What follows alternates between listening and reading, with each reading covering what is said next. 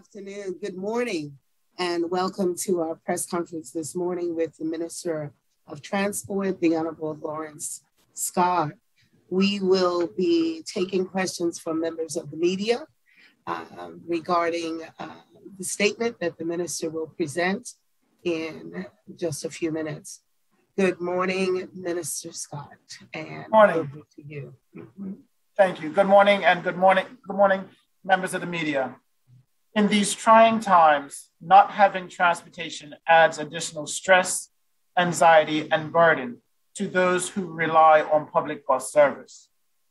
As minister, I feel compelled to report exactly why the commuting public has been without public buses for the last 5 days.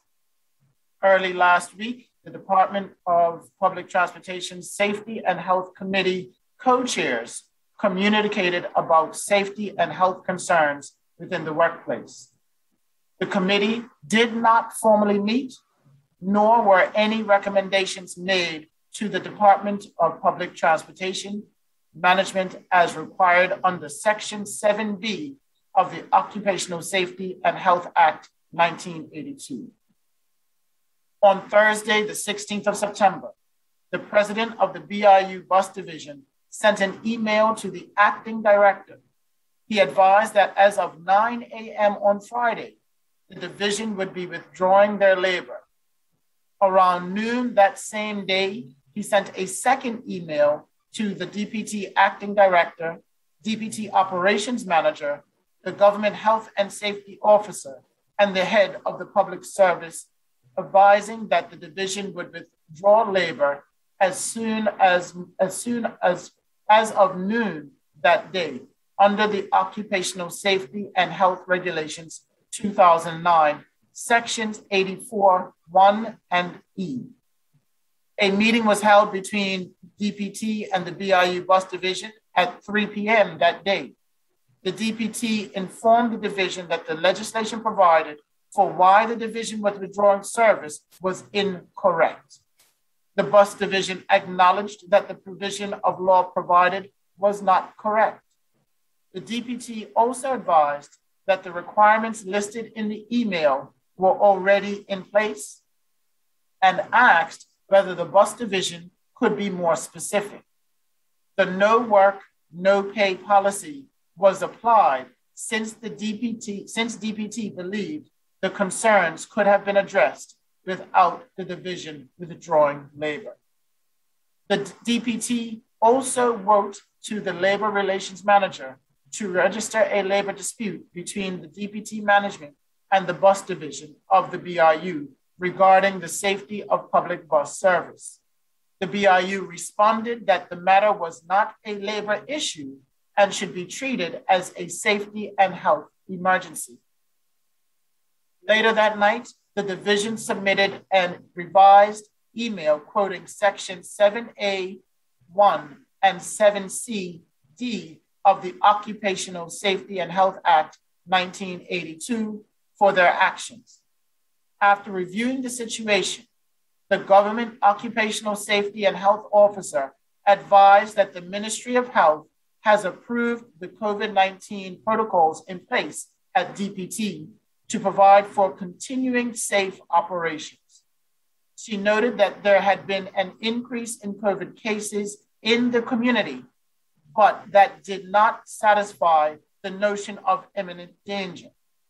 She further stated that Section 7A refers to the employee having the right to refuse work if there is reasonable cause to believe that the condition of the place of employment presents an imminent and serious danger to their health or life, while 7B allows the employee to report the matter to their employer and remain available for work until their claim has been investigated.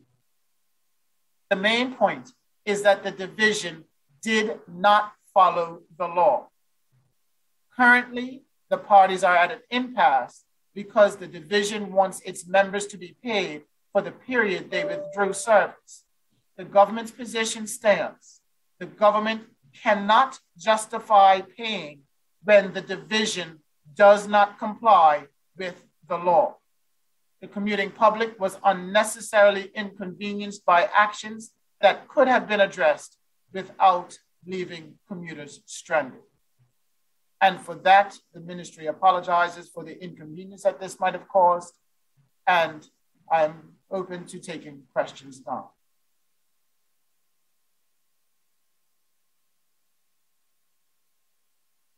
And thank you, Minister. We will take questions now from TNN. Stefano from TNN will ask his 4 questions, followed by the Royal Gazette. Stefano from TNN is joining us now.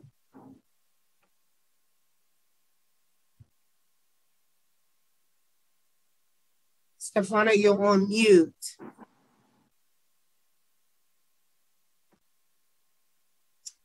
Stefano, did you have questions for us of the minister? Yeah, good morning, Minister. Good morning. So do you foresee when buses and ferries will be back up and running? The ministry is looking to get the buses and ferries back up and running as soon as possible, but that we have informed the unions that they will be getting paid from the time they agree to go back to work. Currently, they are withholding their labor because they feel as though they should be paid for the whole time that they've been out. And the government stands by its statement and stands by its policy of no work and no pay. Is there any status on the electric buses which are scheduled to arrive sometime in the new year? Yes, right now the electric buses are on schedule to arrive in Ireland in January of next year. Okay, that's it for me. Thank you very much, Minister. All right, thank you, Stefano, TNN. Let's go to now Gareth Finnegan from the Royal Gazette. Gareth, you there?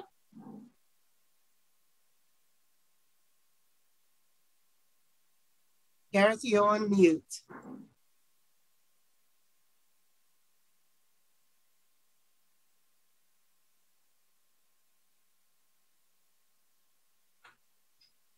Gareth, are you there?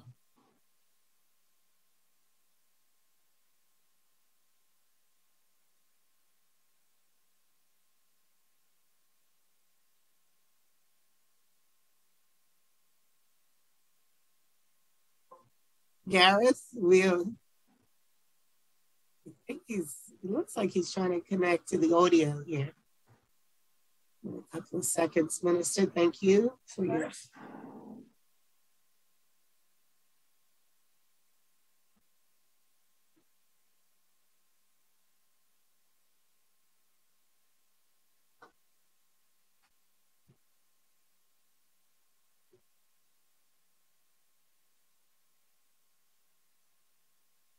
You know, Minister, I'm smiling. I'm trying to give Gareth time here. You know that. Oh, no worries. It's trying to give him some time here to get in. He's had so many questions.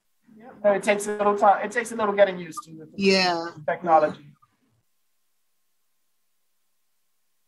He is definitely struggling to get on. All right. Is he able to type the questions? Well, that's gonna be it. Gareth, we've had problems getting him on. I really don't know why we are still on mute. We'll have to take the Royal Gazette's questions in writing, Minister. At this point, I'm looking. He's still struggling to get on. And I know he had a lot of questions, but thank you. Any final words you want to leave with everyone? And we will definitely take the Royal Gazette's questions when they submit them in writing. Anything you want to leave everyone with, Minister? Yes. Once again, I want to apologize for this inconvenience. We believe that it could have been avoided. if the unions would have followed the dispute resolution process and or the grievance process, which gives management time in which to address any and all concerns prior to the withholding of labor.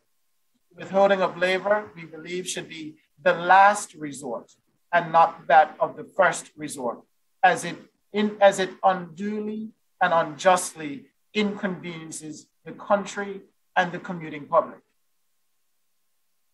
So we once again apologize for the inconvenience that this has caused. All right. Thank you very much, Minister. That concludes our press conference. Have a great day. All right. Thank you.